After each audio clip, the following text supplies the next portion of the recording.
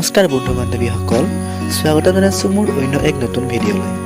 আমি আজি এই ভিডিঅ'টিৰ জৰিয়তে কথা পাতিম অসমৰ জনপ্ৰিয় অভিনেত্ৰী বৰষা ৰাণী বিষয়াৰ বিষয়ে। ভিডিঅ'টো স্কিপ নকৰাকৈ শেষলৈকে চাব। বলক তেনেহ'লে আজি আমি বৰষা ৰাণী বিষয়াৰ বিষয়ে কিছু কথা জানো। বৰষা ৰাণী বিষয়া এগৰাকী অসমীয়া চলচ্চিত্ৰৰ জনপ্ৰিয় অভিনেত্ৰী। তেখেতে বৰ্তমানলৈ বহুতো অসমীয়া চলচ্চিত্ৰত অভিনয় কৰি দৰ্শকৰ সমাদৰ লাভ কৰিবলৈ সক্ষম হৈছে। চলচ্চিত্ৰত অভিনয় কৰাৰ উপৰিও তেখেতে বিহু নৃত্যতো তেখেতৰ যথেষ্ট সুনাম আছে। অসমৰ বিভিন্ন ভ্ৰাম্যমাণ থিয়েটাৰতো তেখেতে অভিনয় কৰি আহিছে। অসমৰ বিভিন্ন আলোচনী আদিৰ বেতুপাতত তেখেতৰ চিত্ৰই স্থান লাভ কৰিছে। বৰষা ৰাণী বিষয়াৰ জন্ম হয় 1983 চনৰ 20 ছেপ্টেম্বৰ তাৰিখে। বৰষা ৰাণী বিষয়াই জনপ্ৰিয় অসমীয়া চলচ্চিত্ৰ যৌৱনে আমনি কৰেৰ জৰিয়তে অসমীয়া ছবি জগতত খোজ দিয়ে।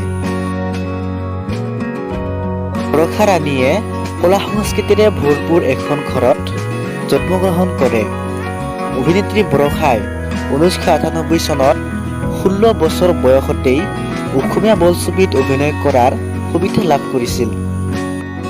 1998 চনত মুক্তি লাভ কৰা যৌৱনে আমনি কৰে নামৰ ছবিখনত নিজৰ শক্তিশালী অভিনয়েৰে বৰষাই দৰ্শকৰ মন আপ্লুত কৰি তুলিছিল। ছবিখনত বৰষাৰ বিপৰীতে অভিনয় কৰিছিল তেওঁৰ ককায়েক অংকুৰ কুমাৰ বিষয়া। বৰষাই ইয়াৰ পিছত আৰু থমকি নৰল। এনেদৰে অভিনয় যাত্ৰা আৰম্ভ কৰি ক্ৰমান্বয়ে এখনৰ পাছত আনখন ছবিত অভিনয় কৰি জনপ্ৰিয়তাৰ শিখৰ স্পৰ্শ কৰিবলৈ সক্ষম হয় বৰষা ৰাণী বিষয়াই। বৰষাই অভিনয় কৰা বুকুৰ মাজত জ্বলে, জোন জ্বলে কপালত, মাঘত মামনিৰ বিয়া, বিধাতা, বদনাকৰ আদি ছবিসমূহ আজিও অসমীয়া দৰ্শকৰ মাজত চৰ্চিত। ইয়াৰ উপৰি 2003 চনত মুক্তি লাভ কৰা পৰিচালক চন্দ্ৰমোদৈৰ উজনিৰ দুজনী গাভৰু ছবিখনত দৈত্য চৰিত্ৰ ৰূপায়ণ কৰিবলৈ অভিনেত্ৰীগৰাকীয়ে সক্ষম হয়। বৰষাই অভিনাশ বোলছবিৰ লগতে তেওঁ কেইবাটা জনপ্ৰিয় অসমীয়া গীতত অভিনয় কৰিছিল। অভিনেত্ৰী, নৃত্যশিল্পীৰ বাহিৰেও এগৰাকী ভাল ঘোষক বৰষা ৰাণী বিষয়া। বৰষাই অভিনয় আৰু নৃত্য শিকাৰ সুবিধা তেওঁৰ পৰিয়ালৰ পৰাই লাভ কৰিছিল। পিতৃ অশোক কুমাৰ বিষয়া এগৰাকী ছবি নিৰ্মাতা হোৱাৰ উপৰিও ককায়েক অংকুৰ কুমাৰ বিষয়াও এগৰাকী ছবি নিৰ্মাতা আৰু অভিনেতা আছিল। মুঠতে পৰিয়ালৰ পৰাই অসমীয়া সাংস্কৃতিক জগতৰ সৈতে অতি নিপুণতাৰে জড়িত হৈ পৰাৰ সুবিধা লাভ কৰিছিল বৰষাই। বগীতৰা, গামোচা, জোনবাই আদি বহুকেইখন অসমীয়া VCDত অভিনয় কৰি দৰ্শকৰ মাজত অন্য এক সফলতা লাভ কৰিছিল অভিনেত্ৰীগৰাকীয়ে। এটি অভিজাত্য পৰিয়ালত ডাঙৰ দীঘল হোৱা বৰষা ৰাণীয়ে বৈবাহিক জীৱনত ঘাত প্ৰতিঘাতৰ মুখামুখি হৈছিল। প্ৰথম স্বামী তথা এগৰাকী ব্যৱসায়ী অবিনাশ শইকীয়াৰ সৈতে বিবাহপাশত আবদ্ধ হৈছিল বৰষা।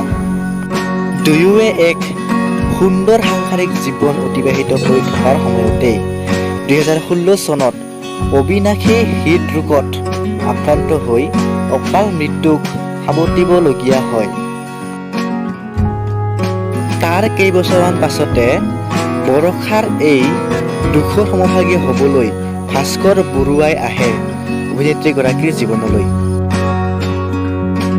এগৰাকী শিক্ষক ভাস্কৰ বৰুৱাই বৰষাক পুনৰ পত্নীৰূপে আঁকোৱালি লয়।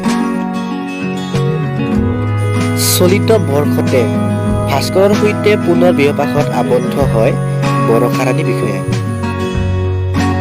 বৰষা ভাস্কৰৰ দ্বিতীয় বিবাহৰ সময়তে বহু সমালোচনাৰ সন্মুখীন হৈছিল অভিনেত্ৰীগৰাকী।